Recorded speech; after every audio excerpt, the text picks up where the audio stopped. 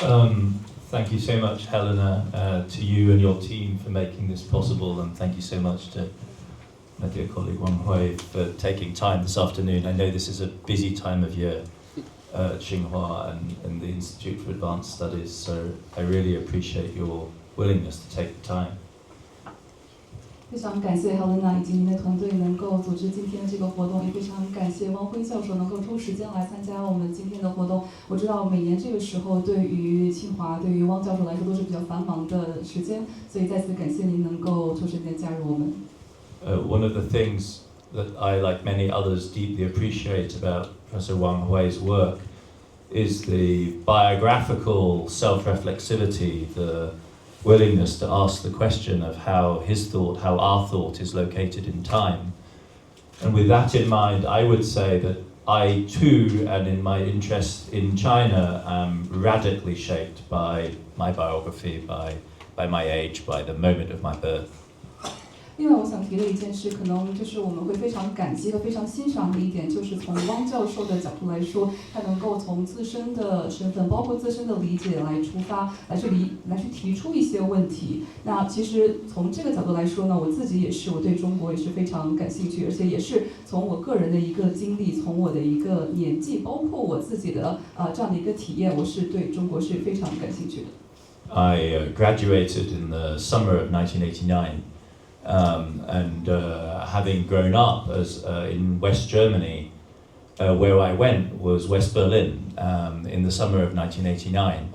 So my experience of 1989 was, on the one hand, of course, an eye-opening because of the dramatic events in this city here, but also then a kind of re-provincialization as a result of the way in which Europeans were sucked into our version of the end of the Cold War, which for me and for so many other West Europeans was a very profound shock or opening. 我是1989年夏天毕业的，我记得我当时毕业的时候就去了西柏林。我当时去到西柏林之后呢，我就对当时的这个景象和城市的这个景观给我带来了非常大的影响和一个印象。一方面呢，我是看到当时的城市正在经历的非常具有可以说非常巨大的、非常震动的这样的一个事件和变化。另外一个呢，就是观察到当时的欧洲人也是陷入了我们自己的版本的冷战的状态当中。所以当时西柏林的这个状态，对于一个刚刚毕业的我来说，可以说是非常震撼的。And I start there in part by way of part apology, part explanation for the fact that it took me so long to get to China. 抱歉呢，我在讲说为什么我对中国感兴趣。来到中国之前呢，就是前面铺垫了很多，有点长了。Because it wasn't really until the 2000s, and it was in fact by close dealings with global capitalism. It was by way of close working with the British oil major, British Petroleum, that my very Eurocentric vision of the world was shaken into much larger dimensions. 其实大概到2000年左右的时候呢，我才开始，可以说是通过观察全球资本主义的一个发展和它当时的一个情况，所以当然这样的一个背景呢，是当时我在英国有比较多的这个经验，当时也跟英国石油公司有非常深的这样的一个交往。那么当时我认为2000年左右啊，我看到我们整个的世界在包括说资本主义，包括说整个世界的纬度都发生了非常大的转变。And it was really in my third book, the one that was mentioned that has been translated into Chinese in the M series with Imaginis, Deluge, that I drove myself and challenged myself to write an encompassing history of what in China, of course, is known as the May 4th moment, in Europe is known as the moment of the Treaty of Versailles, and what Germans call the Urkatastrophe, the original crisis, the founding crisis of the 20th century. 那当时就是我前面讲到这些经验和我当时的感悟呢，也是体现在了我的第3本书当中。刚刚Helena已经跟大家有所介绍。当时的那本书里面，我就想说，我希望能够写一部非常完整的、非常能够包罗万象的一个历史。那在当时可能对于欧洲来说是一个非常大的一个转型的一个时刻，还有当时在德国发生的一些政策的变化，我们如何去应对当时的一些危机。And becoming acquainted with your work, I realized that to that extent, our starting point is the same. It's in that early 20th century crisis.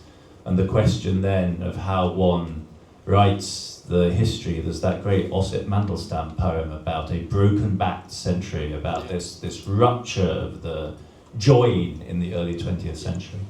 我觉得这个也跟汪教授的研究刚好是非常就是非常巧合的，有一个同样的一个初始的一个起点或者是出发点，都是在描述20世纪早期当时社会世界面临的相应的一个危机。我们是希望能够从一个历史的角度去来出发，去来描述当时那个世界那样的一个世纪所经历的社会的一个动荡，包括说我们当时面临的这种秩序的破坏。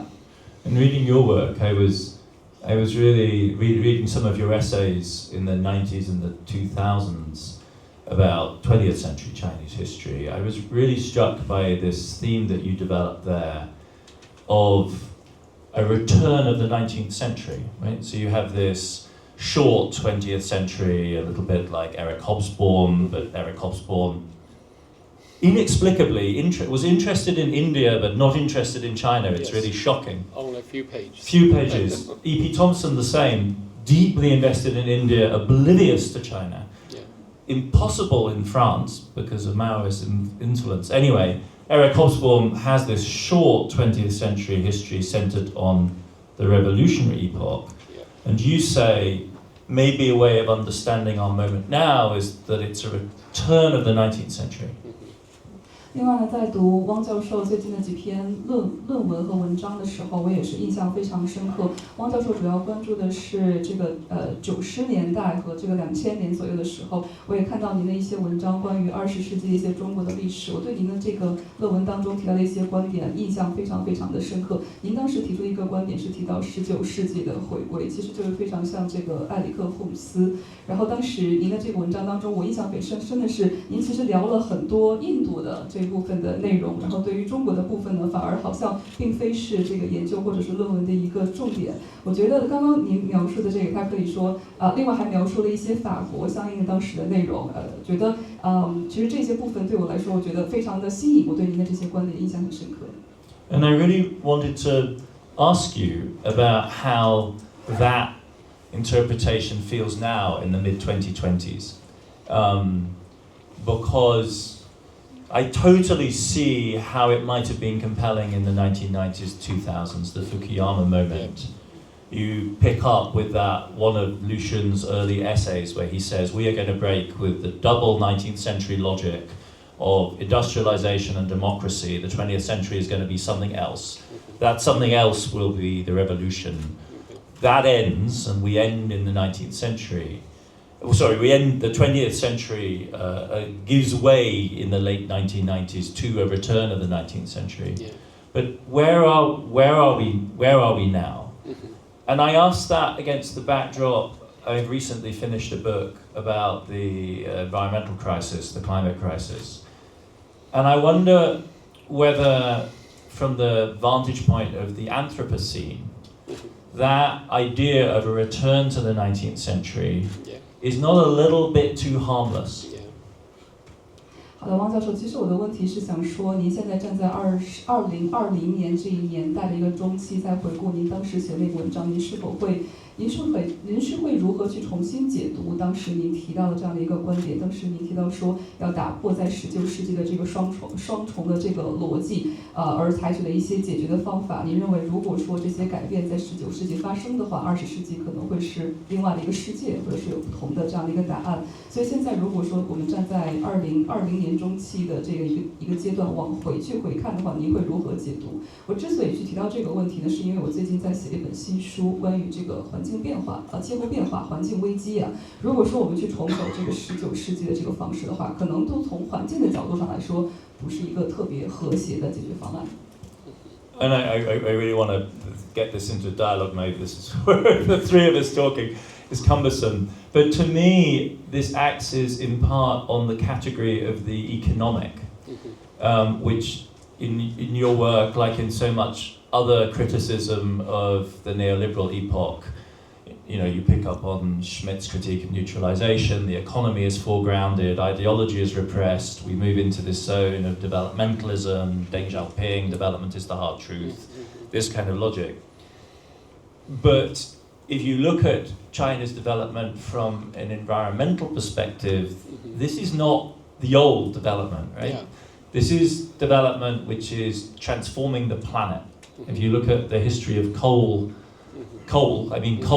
stuff, there are three eras in human history. There's the pre-industrial revolution, there's the classic industrial revolution, and then there's China after 2000. Not even in the 1980s and 1990s, but after 2000. Right? It just explodes into a new dimension. Yeah. A kind of hyper-industrialism of a type that Marx could not have envisioned. This is so much more radical. And so I kind of, that is where I'd love to hear where your thinking is now on this question of where we're in the 2020s. 抱歉，王教授，我讲的有点多，因为我还是想在您回答之前，我再补充一下我自己的一个看法。就是我们今天去聊这样的一个话题，知道可能说我们更多的是从经济的角度上去看，然后希望能够通过经济来去实现这样的一个发展。但是如果说我们也包括说邓小平先生当时也是提出的以经济发展为主哈，但是如果我们从环境的角度上来看，这似乎并不是一种旧的发展的方式，它是一种以彻底的改变地球的方式在发展。如果说看到煤炭对于人类发展的一个影响的话，我们看到在前工业时代，包括说工业时代，包括说后工业时代，那么这些发展的过程当中，似乎对地球已经带来非常非常大的一个影响。所以今天就是想问一下，这个如果说站在现在这样的一个时间维度，看到您之前的这个解读，您会如何再去重新理解呢？ Okay, thank you so much. Thanks for the organizer, the Beijing Center of Columbia University for these events. Last year we read the Tooze that at the beginning it was in English, but now we can read it in Chinese in time, so that I became familiar with your discourse and the whole arguments for that. I think that basically, let me start it from your last points. Now we are facing the situation, so-called the Anthropocene situation, and the post of that, especially the planetary constraints, that the ecological crisis, now the sources, and the degrowth became inevitable. So here and there. So in this case, it was radically different from early stage for following the growth, the only focusing on the economic growth. So that's obviously the big change. I think that that kind of the situation, is especially the prospect itself, reshaped our idea of so-called history. Because reshape our idea of so-called history, because basically the history is really started from our own narrative, but those narratives almost collapsed now because we are facing the serious challenge. So I think that I guess that your question is also along this line to think about this. Here I try to think about some footnotes for that, the idea 20th century, 19th century. Basically, in China, we have no 19th century to some extent at all, because basically the idea of the century was only emerged in the beginning of 20th century. That I wrote the long essay about Liang Qichao when he exiled in Honolulu in the 1899. There, by the last day of that, he wrote a long poem which entitled "The Song of the 20th Century Pacific." That in the whole history, that was the first time to define the China's position in the world history with two characters, two vocabulary or the concepts. One is 20th century, another was Pacific. The whole last more than 2,000 years, nobody used this kind of term to label China. So in that sense, the 18th century, 20th century for me was the reversive vocabulary from the 20th century, rebuilding of our prehistory, that the pre-20th century history from there on. So in that sense, the 20th century in the whole Chinese history, it's quite singular. It's very different from all old, any kind of dynasties, for example. First of all, it's convey a very strong sense of the synchronicity, global synchronicity. It's almost not possible to define China only with its own past. the all others became our past, became our history. In that sense, these new beginning define the concept of the history itself. So I think that's very important for understanding Chinese history. This is the first. Second, when I say that in the 1990s, that was a certain kind of the neoliberal tide globally, huge impact on China, so for the developmentalism and so on and so forth. And a lot, if you look at that time, the pollution, the late 19th, early years of this century was here in Beijing was so serious. It already shows the restriction and the limits of the growth already there. And also, that was the time when we think about that, before that, we all embraced the so-called globalization as a last stage of the opening policy. That was the whole atmosphere. But now I think there's a huge change for that. I think that you talked about for example,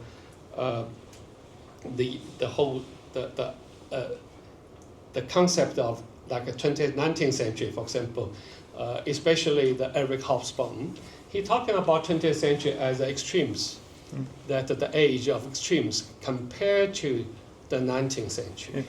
That the 19th century basically is the revolutionary, so that's why quite innovative. A lot of the new ideas still were continued for use, like democracy, market economy, and so on and so forth. For him, the 20th century was a very limits for that.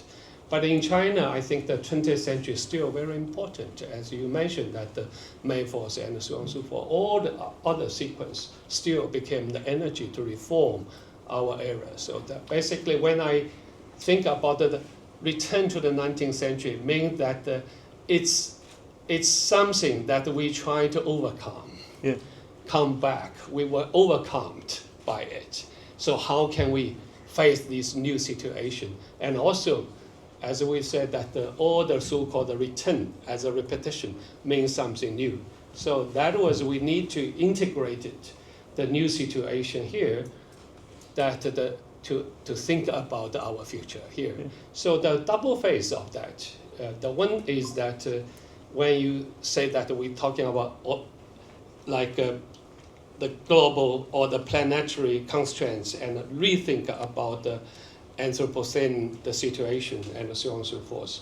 But on the other hand, we thought that the so many different actors, players come back to the stage currently looks like the repeat of the 19th century. For example, the war, the imperialism, and the reshoring policy in America means that the reindustrialization and so on and so forth is a kind of the repetition of the 19th century. Even we know that it's almost impossible, if truly possible in that way without any kind of new thinking, that eventually that could be disastrous, not only for everywhere. So this is a kind of the new paradoxical situation. That's why I think about this. Yes, you're really, one could almost, there's two different lines that go out from that, right? One is watching the Trump people. It's almost as though they think they can safely reenact the 19th century. And the horror is that we're, of course, not in we're not even in the 20th century. We're in a world which is much more dangerous. But they would like to do William McKinley. They would like to do the Monroe Doctrine. They would like to seize Cuba and have their way with it. They would like to do gunboat diplomacy, but we're actually in the 21st century. Yes, right. So then you run into Iran, which really isn't Persia of 1907 or 8, right? It's. But then the other thought I was having, as you were speaking and hearing you formulate your thesis around the historicity of modern China in the way that you just did, gives me another vantage point on the centrality of China as a place for thinking modernity. Because if you think about Western philosophies of history in the 20th century, their experience, though the Europeans and the West comes into the 20th century with what they think is a solid philosophy of history, by 1939, 1940 in Benjamin B.R. Witness, Walter Benjamin B.R. Witness, Adorno B.R. Witness, this is catastrophically disintegrating. Yes. So to come into the 20th century with the baggage of a consolidated 19th century European conception of history is in some sense a handicap. Yeah. Right? And it's a model that can also lead you in rather particular directions, like Stalin will act out a particular kind of line, right? And in some senses, China disencumbered of the burden of a 19th century, in your terms, becomes a space for a kind of radicalism in thinking about history and a really radical notion of revolutionary action then, all the way through the Cultural Revolution, that by the late 60s, the Europeans are watching, right? Because they, at that moment at least, understood where the truly radical dynamic of unfolding. So if we, right, this is, that is a very powerful way of reconceiving the 20th century from a Chinese vantage point. I guess it then would beg the question of how events like the Holocaust, which are so paradigm busting for European conception of history, how do they figure in the Chinese thinking of that disruption of history in the 20th century? First of all, I think that when we say that from Chinese perspective to rethink about 20th century, it's already in the sense of the so-called synchronicity or the simultaneities. Yeah. So if we read the early writings in the early 20th century, those Chinese thinkers, they already think about those serious of what Benjamin or some others, I don't know, they already think about, if you compare some essays, articles by like Lu Xun and those people, it already predicted these kind of things. Even Lu Xun is an early generation far away from European history, partly because at that time, when they think about the Chinese destiny or the future of China, was already integrated all this history into our own history, to rethink about this. So even that was a pre-industrial era, but they are truly think about the post-industrial era, what will happen to that. That will later, maybe I can introduce some pieces. At that time, they think about the Germany, for example. Those people write about Germany, write about America, and write about Russia, and so on and so forth. And also huge debates among the Chinese intellectuals on those issues. This is the one. Second, for the Holocaust, is another issue because it's so singular event in the European history that obviously after the World War II became the dominant perspective to understand the 20th century history. If you read the Eric Hobsbawm and those people, that was very much it occupied the position to think about the so-called history, and because you can think that there was a rupture. Completely up rupture, but on the other hand, is a kind of the form of history in that case to think about this. So that was obviously from Chinese perspective. On the one hand, after the World War II, the Holocaust issue together with the anti-fascist issue became dominant in China, and also in the Chinese perspective. They also think about the global history, how to compare the events happening in China and in Germany. For example, the Nanjing massacre, why not have never been attracted so much attention? And like the Holocaust has been theorized, historicized as a historical singular moment to rethink about the history. That kind of the events in the non-European, especially in Asia, never been used. Even people talking about that, sometimes they use the lens of like a Frankfurt School and some others thinking about the Holocaust to talk about China and talk about these kind of the events. But nevertheless, this is still not the same situation. This is the one issue. Second, Holocaust is a huge issue. But if you look at the Chinese periodization, that from the Opium War, Like the Mao used to famously argue that was a modern history started from Opium War, and in that case, the whole history that of course Germany played a certain role, but Britain, Russia, Japan were much more important than Germany in those hemispheres, let's say.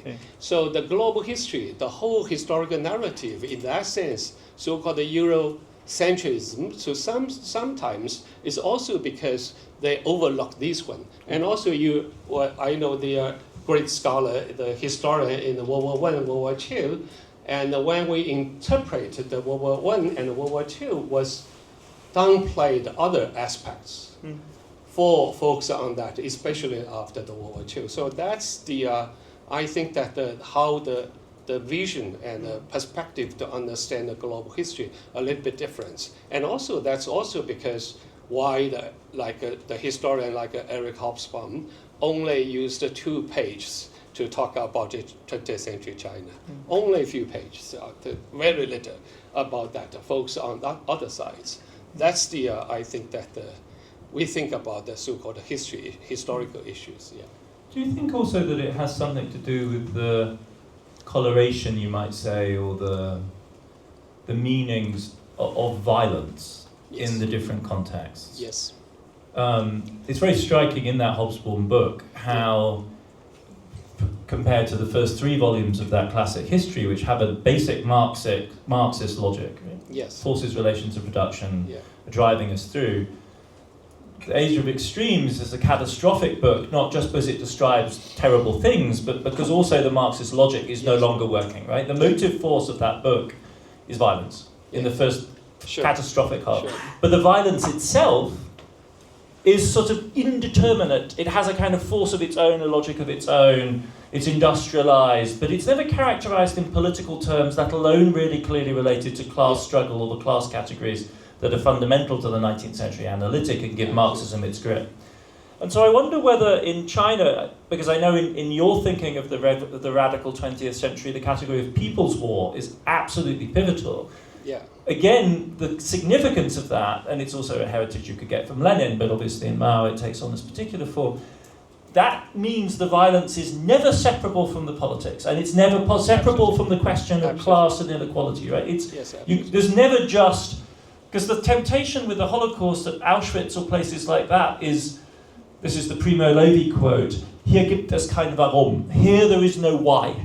Yeah. There's no logic. There's just the destruction of Jewish people by German perpetrators. Yeah. And the logic of People's War would seem to me to cut across that and to insist that no, this is meaningful in a profound way, right? It's constitutive of politics, it makes states, it builds political revolution, even in its horror.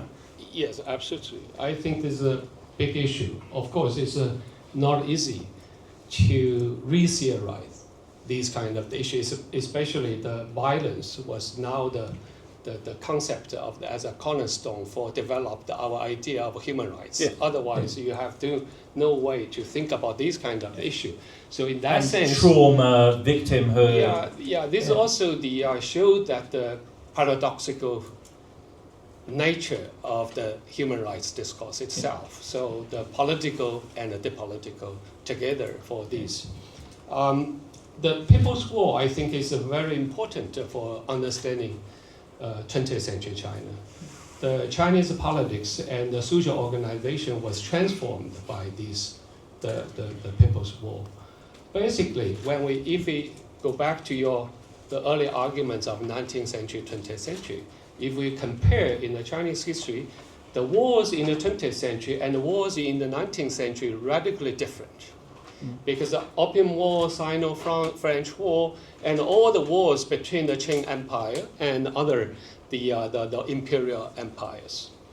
But 20th century war was very different. But 20th century war started from 1911 revolution, and then Northern Expenditure War, and afterward resistance against the Japanese, the invasion, and later we're talking about the Civil War.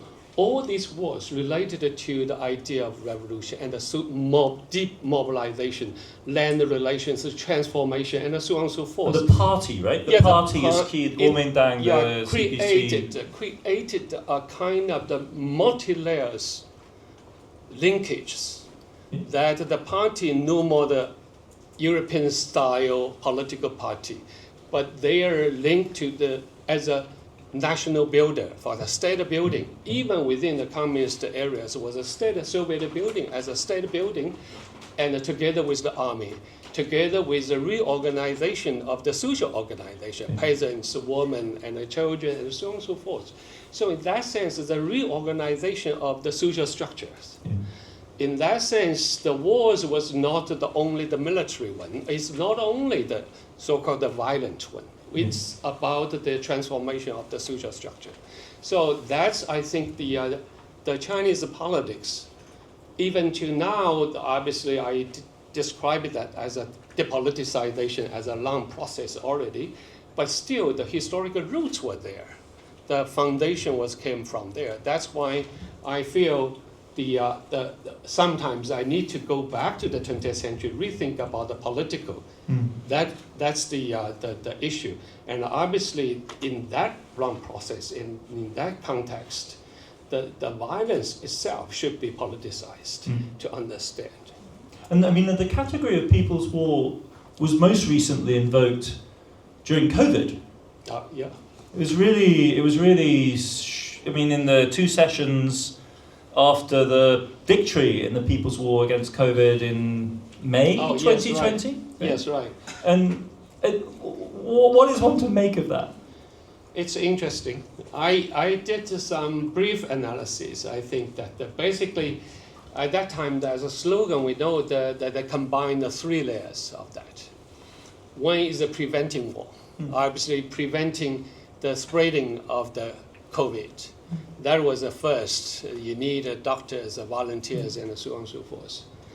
The second is People's War, because at the beginning, especially at the beginning, you have no vaccine.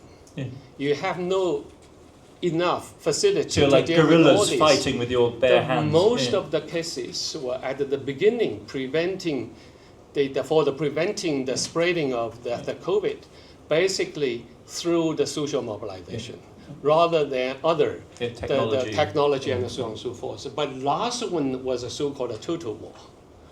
So the total war, of course, is at the beginning it was already from top down, and it means that the whole national mobilization through the state framework. And also we know that the build-up of a rapid construction of the hospitals in Wuhan and so on and so forth. That was kind of the change. But from my observation, I think that there was kind of the confusions of the using of the category. Because basically, eventually the logic was more or less like the total war rather than People's War. Yeah, when you get into dynamic much optimization. more technological and the governmental domination and so on and so forth.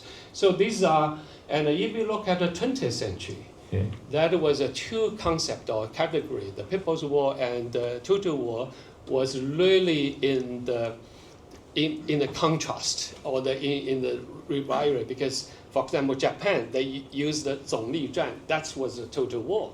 But China was mobilized from below, so that's a People's War. So the People's War as a form to overcome the total war. But now you can see the historical situation that changed, combined together. So in the 20th century, total war was very negative. We know that there is also the German concept was Ludendorff elaborate that was on.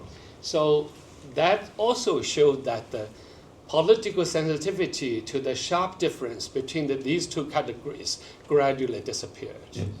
Where's Helena? Helena, we're having too much fun up here. I want to manage time. When are we're going to wrap at 3:40? 3:45, and we should have some time for questions from our wonderful audience. So I'm going to indulge myself with 2 further lines of back and forth, and then we'll go out because this is too much fun. You raised Ludendorff. And I know you've just been in the US talking about a German. Okay. And reading your more recent things, I was really struck by the way in which Carl Schmitt comes into focus. And perhaps not surprisingly, given, you know, one way of characterizing your critique of the particular configuration of modernity we're in right now is depoliticization. Yes, right. And it's a familiar line in the West since the 80s. The Italian Schmittians really started doing this, of running Schmitt, Carl Schmitt, this is, against neoliberal depoliticization. Mm-hmm, yeah. Schmitt, this being the German legal theorist of the 1920s and 30s, this was his high public point, concept of the political, perhaps his key book, defines politics in terms of the friend-foe distinction, sovereignty in terms of the power to declare the exception.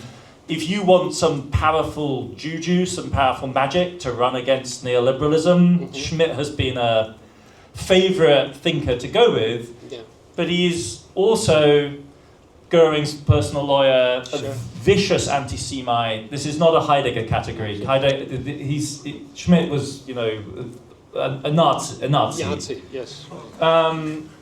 Heidegger tried to be a Nazi, and the Nazis weren't good enough for Heidegger.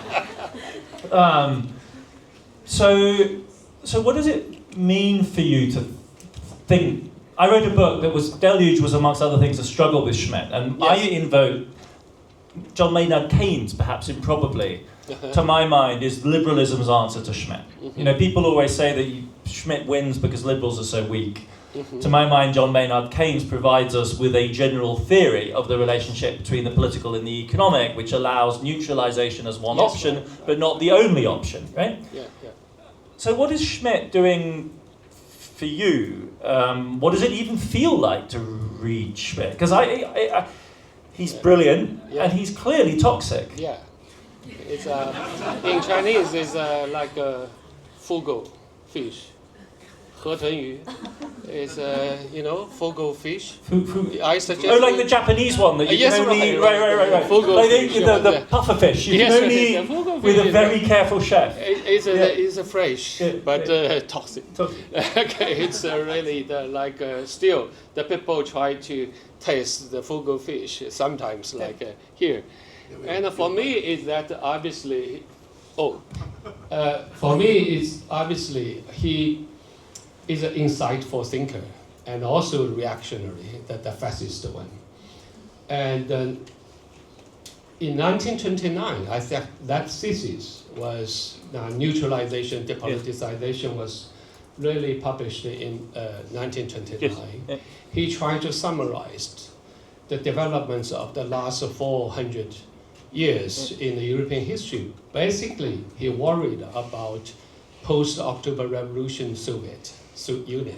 And the rise of America. Rise of America. Yes. So basically, he thought that was, it's interesting, he thought that the Soviet system as a system of neutralization, somehow.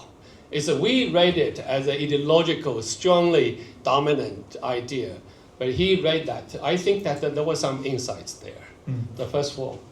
Secondly, for the depoliticization, I use the term depoliticize politics, mainly target neoliberal idea with everything economic and some growth and so on and so forth. So try to re-argue for the importance of political.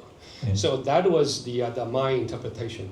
And also what on the one hand is a critique of the liberal idea, especially the illusion of the proceduralism of liberalism was really very sharp, and I think is very important. But on the other hand, the problem, his idea of politics based on the binary of enemy-friend logic. And that the enemy-friend logic actually was organized very tightly within the idea of sovereignty. Yes. Basically, this is a nation-state issue. But in China, when we think about the political, especially in terms of the Mao's contradiction, that all the relations between the enemy and the friends were transformative. It's more dialectical. So it's not stuck there as an absolute opposition in between. That because this really started from his statist idea of sovereignty. That was radically different from Mao's idea about enemy friends and so on and so forth. Look at during the wartime, that how can he perceive the class relations were transformed by the new situation. So that's the new alliance, or the so-called United Front, was really based on that, the new idea of political. So that politicization or politicization were really different from there. So that's why the idea of People's War was also interesting, because he argued that the people included the people within Japan. Later, during the Vietnam War, that included the people in America who resist against the dominant war policy, for example. So in that case, the idea, the politicization in that context was radically different from Schmitt, which stuck within the framework of the nation state and the sovereignty. So that's why I think that the People's War was much more rich category to think about the politics. So that's the, and also another issue is that Schmitt was really read Mao.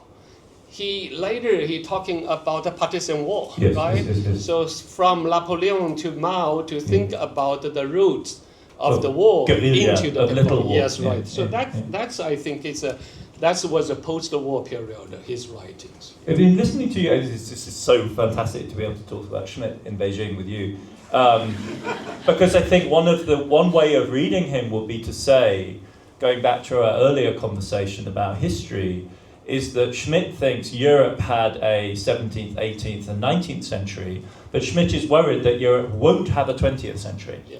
And it won't have a 20th century because of the shock of World War I, which is remembered now as a sort of botched victory, but was thought of in the 1920s as the end of history. The first end of history. Schmitt, Meinecke, these German thinkers of historicity think history has ended in the 1920s.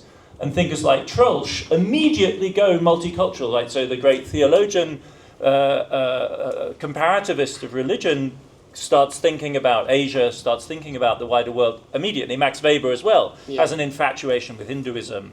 I seem to have lost my mic. Maybe I've turned it off. Okay, brilliant. I'll give you that one back. So I think one of the reasons why there is that, as you so rightly point out, this almost fetishistic grasping of the insider-outsider, us versus them logic.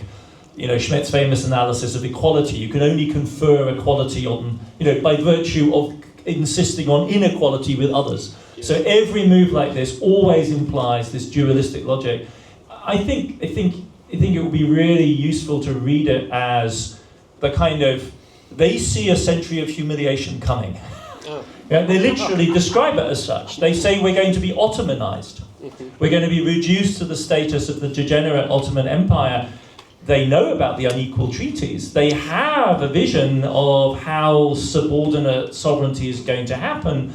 And then Schmitt sees the Weimar Constitution, and the horrifying diagnosis is this is not a society capable of drawing the lines that would define true sovereignty, ergo we are going to live in a state of subordination, effectively, to US power. That is, we're going to live under the suzerainty, over the hegemony of moralistic, commercial, legalistic, Protestant, British and American figures like Woodrow Wilson, right? And against that, you dynamize this other force, and he has a huge crush on third worldism, right? I mean, Schmitt after World War II is absolutely a theorist of the struggle, the asymmetric struggle. Yes. And he gives the victory to the peasant. He gives the victory to the People's War, because the People's War has this utterly radical logic of incorporation, of dynamic, as you're saying, the On Contradiction essay. Lenin, after all, is also a thinker of that same sort of multiplicity of coalitions Blecker Althusser and people like that in the 60s with their complex understandings. Maybe before we pivot to the audience, but let's end on a happier note. Can we talk about Lu Xun and happy not because he's a theorist of victory, but because he's such, to my mind as well, still one of the kind of pivotal thinkers of modernity. Yes. And key for you, right? Your epic rise of Chinese modern thought, I now understand, is reverse engineered to explain to explain Lu Xun in some sense. Yes, right. My earliest work was on Lu Xun, and I think that as we chatted earlier, two thinkers in the 20th century provided the foundational idea, basically their understanding of history. Lu Xun, obviously, he provided the idea of how to face the failure. Yeah. Actually, that's why he developed his idea of permanent revolution. Yeah. That's a really... I thought that was such a radical reading of Lu Xun. It's really, yes. He does remind me of Trotsky, but you probably go in a different line. Yeah, he did. He does remind me of Trotsky. He actually did translate, and in the early days, he talked about the Trotsky, and especially in the literature and the revolution. Yes, that's an incredible book. Was really, but obviously later Lu Xun is always trying to historicize the situation, how to understand. He didn't believe anybody, any institution can be permanently progressive. So in that sense, he continued. So, which means that for him, the revolutionary, the true revolutionary, always recognize the failure, which means that they made you fight further. And another, obviously, is Mao. Mao talked about the from victory to victory. That the from victory to victory was started from the failure, but how to turn that failure into the victory was a long process. Actually, the People's War contained the logic, both failure and the victory. Yeah. That was, I think, is a very important the issues. So I try to summarize that in the first book with the title, Resist Despair, or Revolt Against the Desperation about the Lu Xun.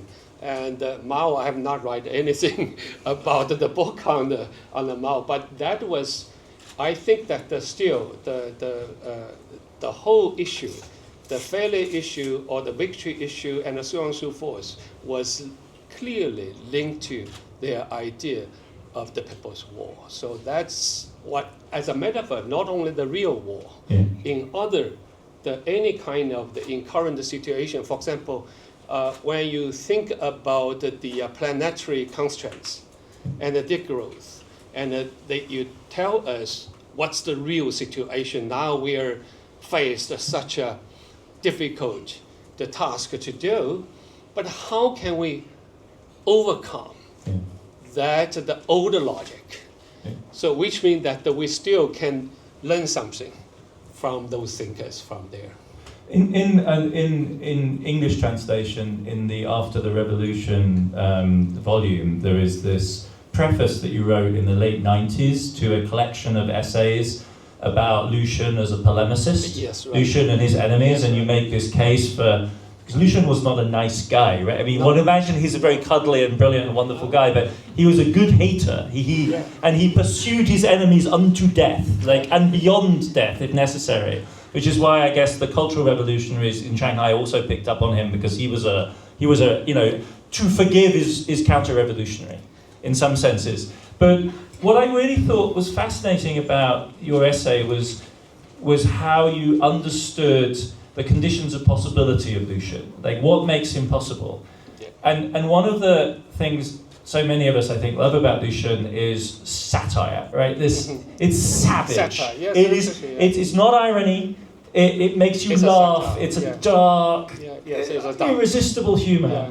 And you associate that in that essay with the folk culture, with Bakhtin and the overturning of norms. And then, depressingly, you conclude, well, that's all gone. So that source of satire we can't have anymore. And And overall, the diagnosis of the essay is Lu Xun was possible when the institutions of intellectuality were quite different. Gramsci is also possible in that space.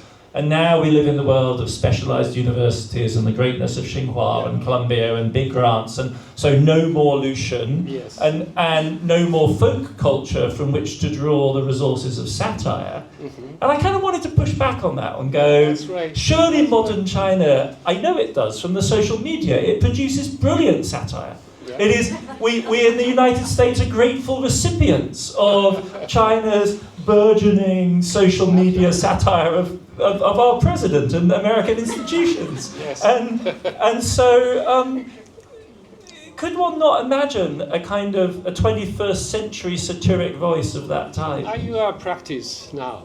图说真经 can be thought as a space for the essayist. You are a great scholar, but on the other hand, you became an essayist. Yes, exactly. Whether you find that the area, so-called the revolutionary area, the 根据地, Base area. There's a base area. Yeah. So here is a base area, Yes. and you became the guerrilla fighters. Here and there, you can find if the Columbia was not the space. Then here, Beijing became the space. Thank you. So that's what we can do. Sometimes I use that the rhetoric, in that essay, that the darkest light. Yes. It looks like a light was bright, but Lu Xun showed that how in the darkest area, it's something there. Yes. You eventually find something there, and give us some enlightening. So that's his great contribution and enlightenment permanently, I think.